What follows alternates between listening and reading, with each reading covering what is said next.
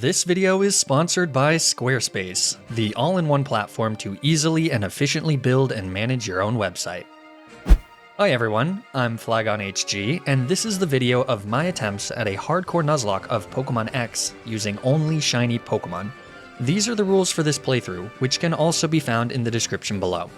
The baseline odds of finding a shiny in later generations of Pokémon is about 1 in 4096. With some tricks, you can get those odds down a decent amount, but no matter how you shake it, hunting for shinies takes a tremendous amount of patience and time, neither of which I have a terrible amount of. Fortunately, everyone's favorite nepotistic Nintendo employee came to the rescue and provided me with a copy of Pokémon X that has a roughly 1 in 50 chance of encountering a shiny Pokémon. This way, we get to see some awesome shiny Pokémon, and I still get to keep my sanity, maintain a healthy work-life balance, and continue to release content at a regular pace. Everyone wins. Except people that want to watch me suffer for hours on end, I guess. Anyways, let's hop into the challenge. Our twinkle-filled adventure begins by soft resetting for a shiny starter. I decided on Froakie because I haven't done a Kalos run using Froakie yet. Also, Greninja's shiny looks really cool. The problem with soft resetting for this starter is that there is a ton of dialogue that you have to go through before you can actually check if your starter is shiny. This dialogue is also where you get to choose the nickname that your rivals call you. So, if you don't want to be called one of the truly horrendous suggestions that these three colossal morons come up with, you would have to manually type it out every single time you soft reset. So, unfortunately, my rivals will be referring to me as Lil M for the remainder of this playthrough. After sitting there, on a Wednesday, in a cafe, and watching it begin again 17 times, I finally get my shiny Froakie, who sadly looks very malnourished. He kinda looks like he spent his entire life sheltered indoors, forced to miss out on life due to some sort of rare illness, only to one day, with the help of a wayward down-on-his-luck stranger, run away from home and go on a cross-country road trip to experience what it's like to feel alive. As with any road trip, hijinks ensue. Throughout the journey, shiny Froakie helps the wayward stranger discover things about himself. He realizes that he's been selfish and learns how to be a better husband to his wife, who at the beginning of the journey indicated that they needed to take some time apart. And in return, shiny Froakie gets to experience all the firsts that his overprotective parents have prevented him from experiencing. But as he learns about the wayward stranger's backstory, he also develops a new appreciation for how much his parents have had to sacrifice. By the end of the road trip, both travelers are forever changed for the better. It's a feel-good story for the ages, immediately optioned into a movie titled Road Sick, a pun on road trip and the fact that shiny Froakie is sick. The movie is in the Netflix top 10 for 3 days, and then no one ever talks about it ever again.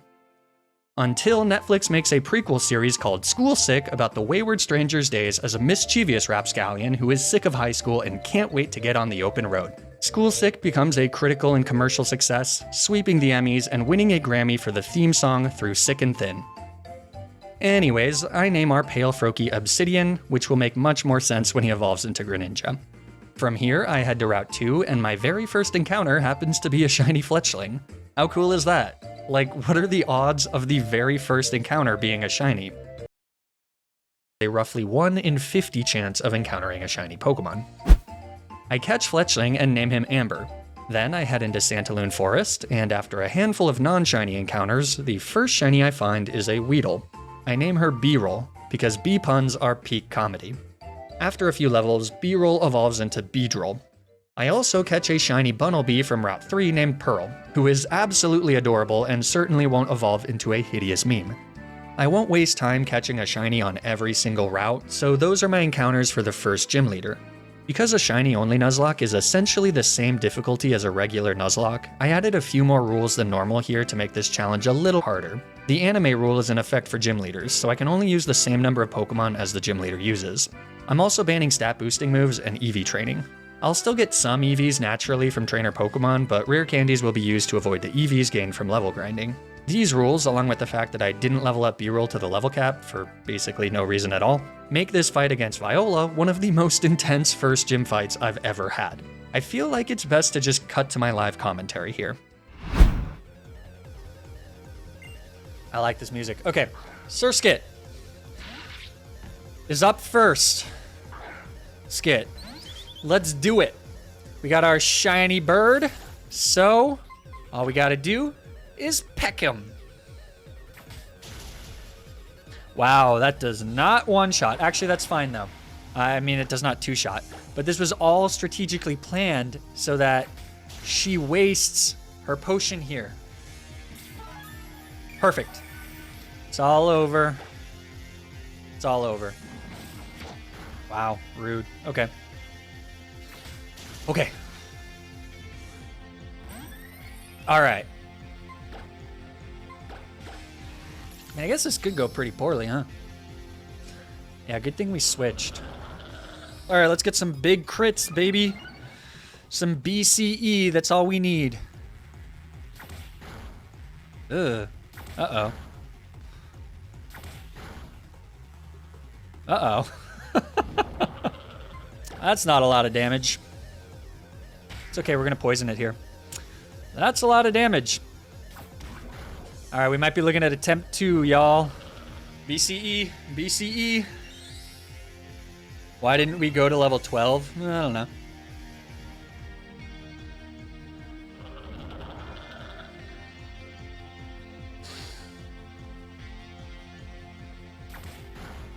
That's a crit. Just gotta get a couple more of those, baby.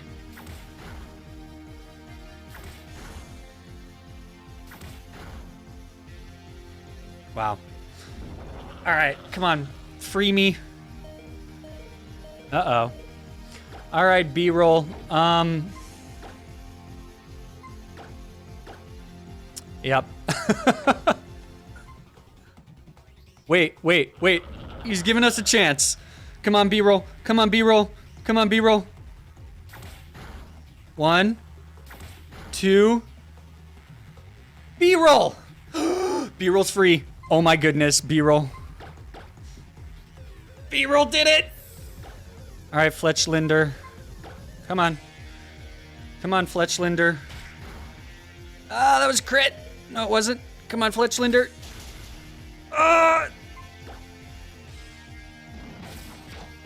Fletchlinder with the kill. Let's go. Woo! That battle was tough. Fortunately, not everything in life has to be that difficult. For example, creating a website has never been easier thanks to this video's sponsor, Squarespace. Squarespace is an online platform that helps you build and manage your own website, whether that's an online store for your business or a personal blog for your thoughts. You might think that setting up a website takes a painfully long time, but with their all-in-one platform, Squarespace streamlines the whole process, making it super simple to quickly design polished websites using their customizable templates. I mean, take a look at the website I created with Squarespace, poppyhg.com, the world's premier online destination for images of my corgi puppy, Poppy. Squarespace also has a ton of other really useful features, like analytic information about the traffic of your website, the ability to add and play embedded videos directly on your website, and Squarespace member areas, which can be used to connect with audiences and create exclusive members-only content. So, if you're looking to start a website for your business or hobby, then you should absolutely check out squarespace.com for a free trial. And when you're ready to launch your website, you can use my custom link to save 10% off your first purchase of a website or domain. The links are in the description below. Thanks so much to Squarespace for sponsoring this video. Now, let's get back to the challenge.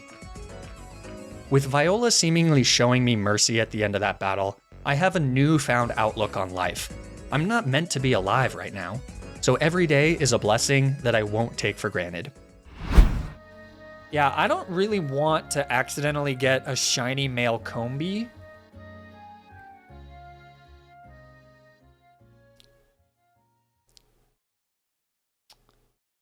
I think I would have preferred a shiny male Combi.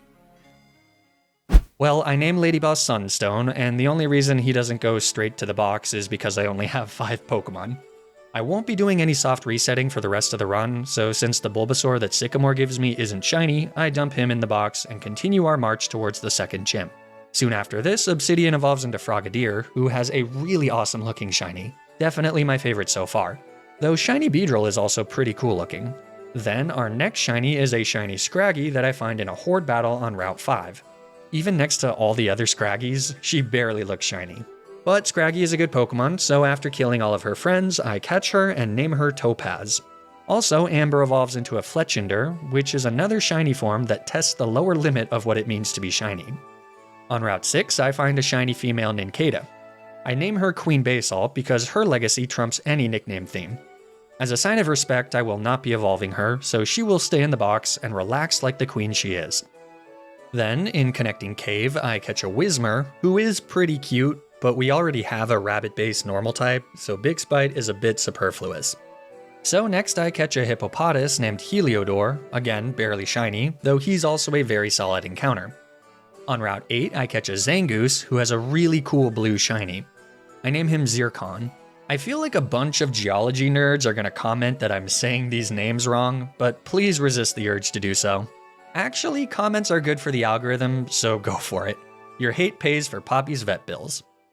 With that, it's time to fight against Grant, who only has 2 Pokemon, and based on the encounters I've gotten, he's not a problem at all.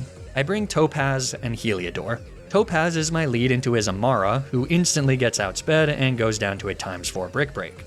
Tyrant is second. He survives a Brick Break and goes for a Rock Tomb, which lowers Topaz's speed. After Grant uses a Hyper Potion to heal, another Brick Break brings him back into the red. Then, thanks to the speed drop, Tyrant outspeeds to hit a pretty hard Stomp, which activates an Oranberry, but then a Brick Break finishes off the little dinosaur, winning us the second gym badge. Easy stuff. So from here, I head to Route 10 and start looking for a shiny Pokemon. I'm hoping for a shiny Eevee here, but given that Eevee is only a 20% chance encounter, my odds aren't that great. Just kidding, all you need to do is want it bad enough. Remember that, kids. I name our shiny Eevee Opal. Then it's off to Reflection Cave to take a crack at getting a shiny Carbink. But we all know what happens here, right? It's Carbink, but it's not shiny. Come on, Carbink. I don't have a Pokemon that's low. No! I mean, Mr. Mime is a good Pokemon, but out of spite, Tourmaline will spend the rest of her days in the box. Never again will she breathe fresh air or feel the rays of the warm sun. She will rot in that box until everything and everyone she has ever known has died. Only then will I let her out of her computerized prison. And at that point, when she comes back to a completely foreign world, she will beg for the sweet release of death. And in response, I will laugh.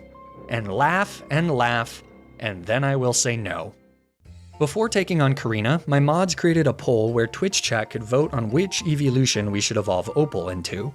Chat ended up voting for Jolteon.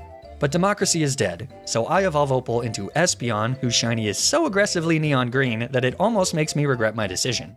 Not that Jolteon is much better. But with our new psychic type, Korrina is a joke. Opal one-shots all 3 of her Pokemon. I do this needlessly fancy strat where I set up a future sight against Mienfoo so that I can protect on her second Pokemon and have the 120 base power future sight take them out while I protect. It would have been better if Hawlucha came out second, but since it was Machoke, it didn't really matter.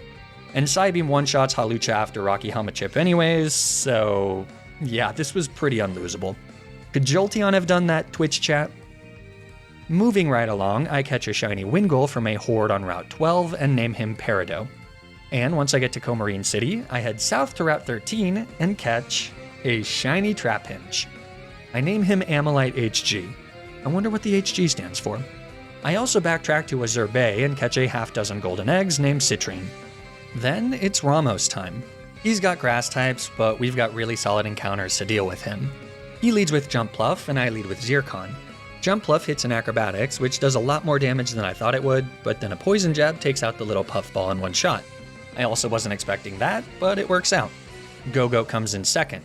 I'm predicting that he'll go for a Bulldoze, so I switch to Amber, which works perfectly. Then we trade off attacks that do about the same damage, though that's only because Amber has an Eviolite. But we have the advantage because Go-Go is taking recoil damage from Takedown, and Amber can just go for Roost to slowly bring Go-Go into range where a second Aerial Ace will kill.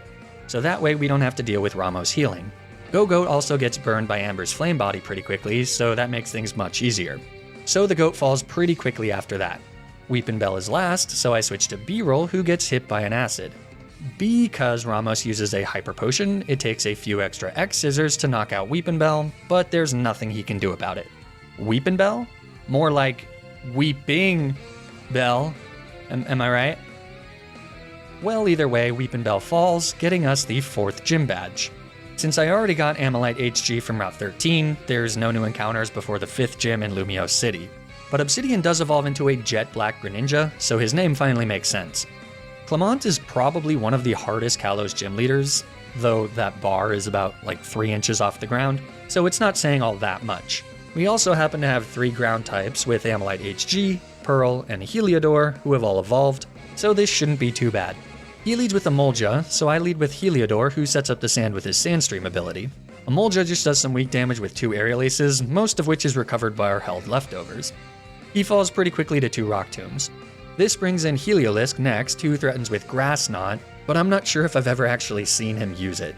Either way, Ammonite HG comes in and easily tanks a few quick attacks from Heliolisk thanks to the added bulk from Eviolite. A combination of Bulldoze and Dig are more than enough to finish off Heliolisk, meaning that all Clemont has left is his Magneton. They can still deal pretty decent damage with Mirror Shot, so I switched to Big Chungus. But Magneton just uses electric terrain on the switch, so it would have been much quicker to just stay in with Ammonite HG. Regardless, Big Chungus easily tanks a Mirror Shot and then kills Magneton with a few Bulldozes, though it obviously takes a few more turns than it should because Clemont heals with some Hyper Potions. So, that gets us the 5th Gym Badge. Next up, I have to head to Route 14, canonically the most deadly route in all of Kalos for a Flygon HG playthrough. This is predominantly because the rival fight against Serena manages to always trip me up. But my encounters are pretty good in this challenge, and without Delphox, she's much more manageable. But the demon that is Route 14 remains hungry and she demands a sacrifice. With her usual Angel of Death having failed to reap a soul, she sends an even greater force of darkness. Goomy. Oh, look at his little cheeks! He's so cute! Does Goomy know Takedown, though? I'm worried Goomy knows Takedown. Ah, shit.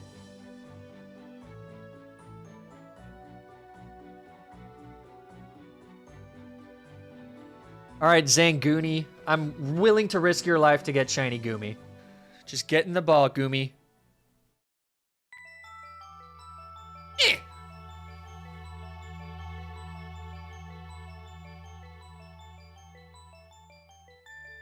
So, I mean, it might not kill, because it does double damage, right? Alright, it's worth it. For the content.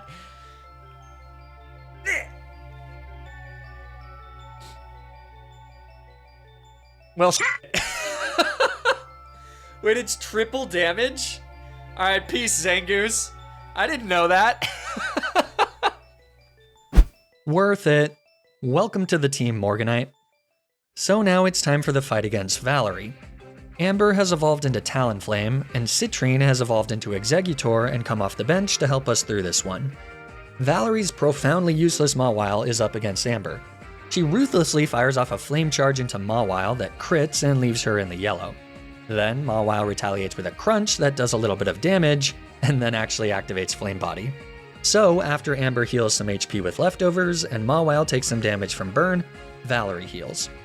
But with 2 more flame charges, Mawile falls and leftovers gets Amber back to almost full HP. Mr. Mime is next. Amber hits her with a Toxic and then tanks a very hard Psychic.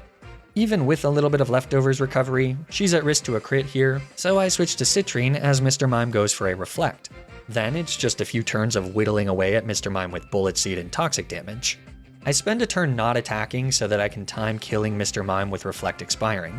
It works perfectly, and the Reflect fades as Mr. Mime falls and Sylveon comes out. So it's an easy switch to Beetle, who shrugs off a weak Dazzling Gleam. Then she hits Sylveon with a Poison Jab, though he hangs on with a Sliver. This also activates Cute Charm, so now B-Roll is infatuated as Sylveon also lowers her attack with Charm. But I believe in B-Roll, and she does not let me down.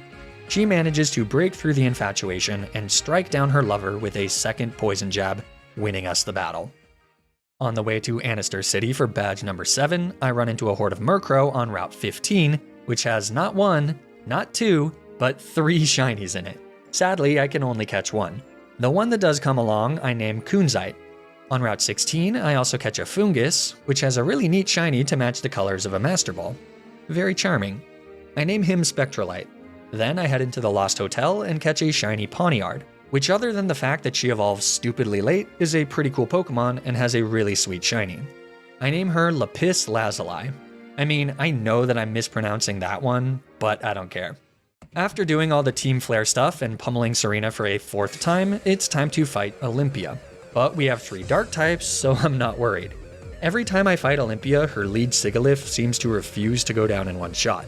This time she hangs on with a Sliver and sets up a Reflect. It's super annoying because it makes the battle take like 4 more turns than it needs to because Olympia obviously heals. At the very least, this time we seem to high roll one of the next 2 Night Slashes, so Olympia is only able to heal once before Sigilyph goes down. Slowking is second, so I stay in. Thanks to Reflect, Night Slash doesn't kill, but Slowking just goes for a yawn. So I switch to Lapis Lazuli, who shrugs off a Power Gem. Then Reflect wears off as Slowking falls to a Thief on the next turn. Meowstic is last. So I switch back to Obsidian as Meowstic goes for a Calm Mind. Then a Night Slash leaves Meowstic with a Sliver, because of course.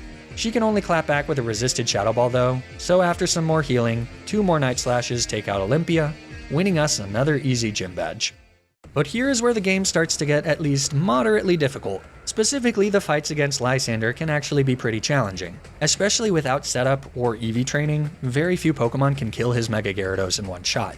Even in the 2 fights where Gyarados doesn't Mega Evolve, he's tough to kill if you don't have the right encounters. Maybe chat was onto something with picking Jolteon. Anyways, the first 2 fights do go well enough. But between those fights, I also have to fight Xerosic, Defender of the Buttons. Normally, I don't pay this weirdo any attention, but my team actually has a pretty bad matchup into his Malamar, especially thanks to his elite Crobat. I am able to kill his Crobat with Morganite, who has evolved into a beautifully colored sun-kissed Goodra, but when his Malamar comes in, I have to switch out to Amber on a superpower, which thanks to Malamar's Contrary ability, gives him an attack and a defense boost. Ooh, kind of low on Acrobatics PP too. Oh, never mind. Good job. Ooh, uh-oh.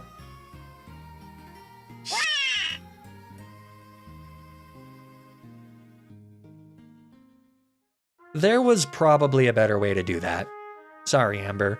You've been with us since the beginning, and even though you're gone, you'll be in our hearts to the bitter end. R.I.P. little bird. From here, let's just jump to the final fight against Lysandre. Amber would have been perfect for quickly sniping off Lysandre's Mienshao with an Acrobatics, but now that she's gone, it's up to Opal, who does the job just fine with a Psychic. Pyroar comes in second for Lysandre, so I switch to Morganite, who shrugs off a Fire Blast. Pyroar outspeeds and hits a few Hyper Voices, but Morganite is incredibly specially bulky. So she's able to hang on and kill Pyroar with a combination of Muddy Water and Dragon Pulse. Third is Honchkrow, so I switch to Heliodor on a Night Slash. Honchkrow gets a critical hit, so it does a good chunk of damage as Rocky Helmet and Sandstorm do some decent chip in return. Honchkrow then gets another critical hit, but Heliodor survives, and after some more Rocky Helmet chip, is able to kill the bossy bird with a Rock Tomb. But now Lysandre brings out his ace. After an Intimidate, Gyarados Mega Evolves, and I go for a Protect to scout out a potential move and to get some Sandstorm chip. Then I bring in Citrine, who sorta tanks an Aqua Tail. Gyarados takes another tick of Sandstorm, but Citrine recovers his chip with leftovers. Citrine now baits Outrage from Gyarados, which I can see from a Protect on the last turn of Sandstorm, meaning that we do gain back a little bit of HP. But Citrine is absolutely dead to a crit, so I switch to Lapis Lazuli, who has finally evolved into a Bisharp. Gyarados is now stuck using a kinda weak Outrage for a few turns, so after tanking another one, I hit Gyarados with a Thunder Wave. This lets me outspeed and hit Gyarados with an X-Scissor, which doesn't kill, so Lapis Lazuli needs to dodge a critical hit. Which she does.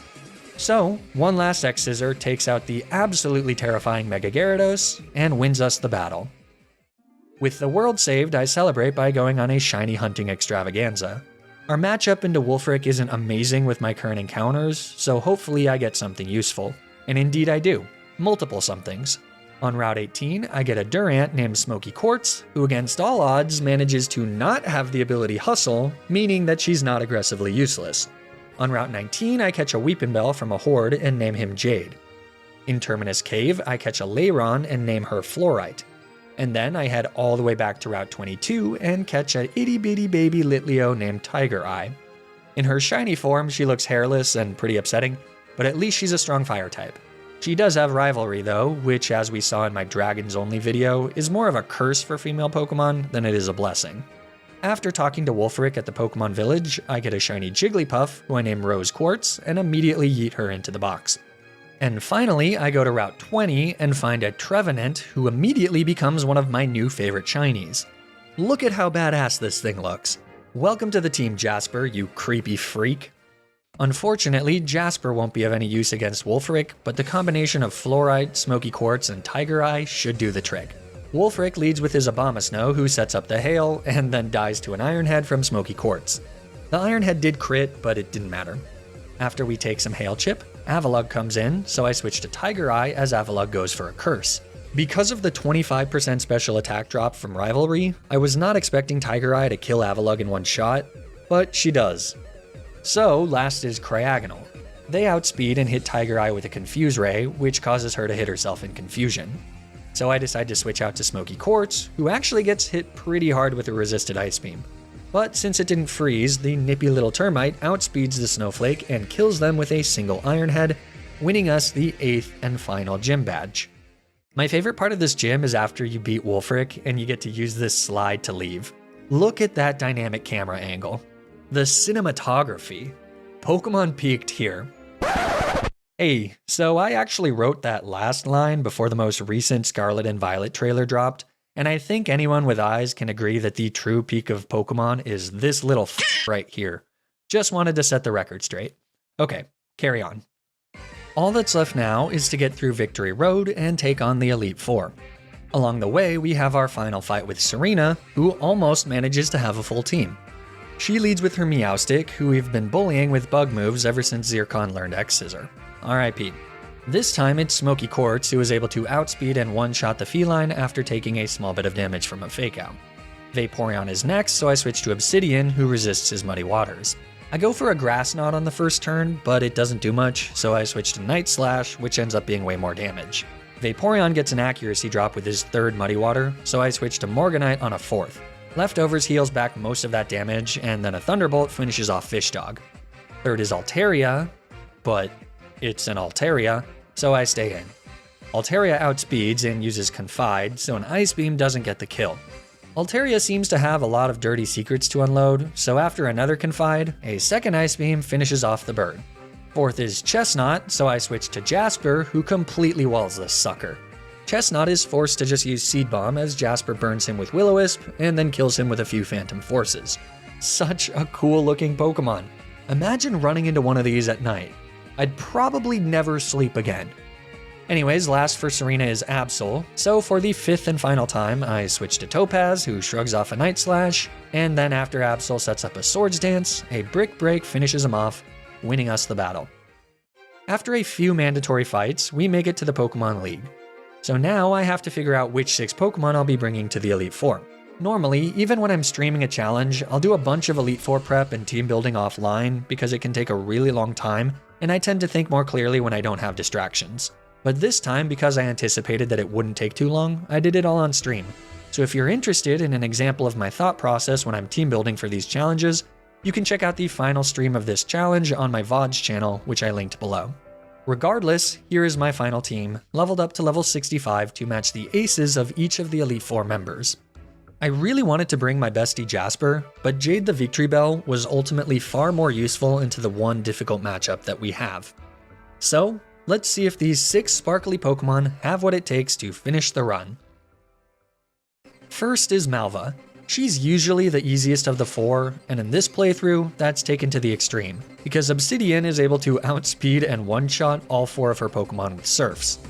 Just as a reminder, each Elite Four member only has 4 Pokemon, so I've pre-selected the 4 Pokemon that I'm allowed to use in each fight per the anime rule, though this Obsidian sweep makes that rule pretty meaningless for at least Malva. Second is Wikstrom, the Steel-type trainer. He leads with a Klefki, so I lead with Amalite HG, who is able to outspeed and kill Klefki with an Earthquake, as she just goes for a Torment. Probopass is second, so I use U-turn to break his Sturdy and bring in Morganite, who shrugs off a Flash Cannon. There's no reason not to go for a Protect to get a little bit of HP back from leftovers here, so I do that. Unfortunately, a follow-up Earthquake from Morganite is not enough to kill the Probopass, so I do have to deal with a few turns of Wikstrom healing. But this isn't actually that horrible since it does give us a few more turns of leftover recovery. Aegislash comes in third for Wikstrom. I go for a Protect to try and get him to switch to his Blade form, but he just goes for a King's Shield. So on the next turn, a Flamethrower doesn't even do 50%, and then he stance changes to hit an incredibly strong Iron Head. But now that Aegislash sees a kill with another Iron Head, he doesn't use King Shield, so a second Flamethrower does more than enough to the Blade form and takes him out. Last is Caesar, but Morganite outspeeds and burns that bug down to the ground with one more Flamethrower, winning us the battle. So, third is Drasna. I once again lead with Ammonite HG, who is able to outspeed and cleanly knock out Dragalge. She can be a big pain, so it's always super nice to have a physical attacker that can take her out quickly. This brings in Altaria, but as a great man once said, like literally 3 minutes ago, it's an Altaria. So I stay in and hit her with a Dragon Claw, as Altaria just goes for a Cotton Guard, which means that a second Dragon Claw takes her out. Third is Noivern, who actually does threaten Ammonite HG, so I switch to Obsidian, who always survives a Dragon Pulse here. Then we outspeed and shoot Noivern out of the sky with an Ice Beam. So, last is Druddigon. I switch to Smoky Quartz, who easily brushes off a Revenge, as the Rocky Helmet chip does about the same amount of damage to Druddigon in return. Then, Smoky Quartz hits an Iron Head, which does a sizable chunk as she takes some Rough Skin chip. Because Revenge has now doubled in power, it does a good amount of damage. And because of the Rocky Helmet chip, Drasna actually heals. So a second Iron Head doesn't kill Druddigon, and now we have to switch. But that's perfectly fine, because Morganite easily tanks a Revenge. And then she outspeeds and kills Druddigon with a Dragon Pulse, winning us the battle. Last is Siebold, who is usually the hardest Elite Four member. So now it's time for Jade the Victory Bell to have her moment in the sun. Literally. He comes in against Siebold's Clawitzer and sets up a sunny day. Clawitzer then hits a nasty Dragon Pulse, but on the next turn a one-turn Solar Beam cleanly knocks him out. Starmie comes in next, but thanks to Jade's Chlorophyll ability, he outspeeds in the sun and kills them with another one-turn Solar Beam. Third is Gyarados, the primary threat on Siebold's team. I switch to Obsidian on an Ice Fang, which fortunately can't freeze in the harsh sunlight. Then I hit Gyarados with a Rock Tomb, which does okay damage, but more importantly causes a speed drop. This means that Gyarados remains at neutral speed after he goes for a Dragon Dance. At +1, Obsidian still doesn't die from a non-critical hit Earthquake, so Gyarados will likely go for another Dragon Dance here. The issue here is that a second Rock Tomb does not look like it'll kill Gyarados, which means that on the next turn, Siebold will heal Gyarados back to full HP, and then be able to kill Obsidian at +2 attack before we can get the kill. So, instead of using Rock Tomb, I go for Surf to do just a little bit of damage, but not enough for Siebold to heal. Gyarados does indeed go for a second Dragon Dance, but even at +1 speed, Obsidian still outspeeds. So as long as he doesn't miss a Rock Tomb, we've got him pinned. Thankfully, we connect with the Rock Tomb, and Gyarados falls. If we had missed that Rock Tomb, I think Gyarados would have been able to sweep the rest of my team.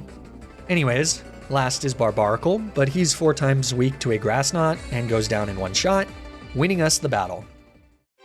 That just leaves the champion Diantha, which means it's time to grab your popcorn, turn down the house lights, and get ready for a Technicolor masterpiece. The puppets are back and ready to put on a show. As always, Diantha leads with Hawlucha, so I lead with Obsidian. He's able to outspeed and, with the help of an Expert Belt, kill Hawlucha with a single Ice Beam. This brings in Diantha's Goodra, so I bring in Morganite for a mirror match as Diantha's Goodra misses a Focus Blast. We then exchange Dragon Pulses. Morganite is faster and has leftovers, so we have the advantage, but I don't want Diantha healing after a second Dragon Pulse leaves Goodra with a Sliver. So I go for a Toxic, but Morganite misses, meaning that Evil Goodra gets off a Dragon Pulse for free. Morganite will survive another Dragon Pulse here, but only if she avoids a critical hit. So she uses Toxic again, which connects, and then I hold my breath as Diantha's Goodra fires off another Dragon Pulse. As the dust clears, I look to see if Morganite is still with us. And I never should have doubted her. Thanks to the toxic damage, after a turn of protecting, Morganite fires off one last Dragon Pulse which knocks out Evil Goodra. But next is Aurorus, who threatens an icy death with Blizzard. So I switch to Topaz, who I'm only now realizing has done absolutely nothing in this finale so far. But she easily tanks a Blizzard and then chops Aurorus in half with a Brick Break on the next turn. Fourth is Tyrantrum, so Topaz hits the Heavy Dino with a Low Kick. He does hang on with a Sliver, so Topaz has to tank a Dragon Claw, but that's no problem for our shiny little hoodlum. Diantha heals with a full restore, but then Topaz gets a high roll and a second Low Kick takes out Tyrantrum. Fifth is Gourgeist, Diantha's final Pokemon before her Mega Gardevoir. So I switch to Smoky Quartz, who shrugs off a Seed Bomb. Then she hits Gourgeist with a Crunch that does just over 50%, as Gourgeist simply retaliates with a Trick or Treat. So our Ghostly Ant finishes off Gourgeist with a second Crunch on the next turn. This brings in Gardevoir, who's probably feeling really bad about getting a Fairy type this generation, because even though she Mega Evolves, an Iron Head to the gut cleanly knocks her out, winning us the battle and the run. And with that, another Kalos challenge comes to an end. I know that this isn't a true shiny hunting experience, but hopefully you still enjoyed seeing those elusive sparkles as my discolored Pokemon came out to fight.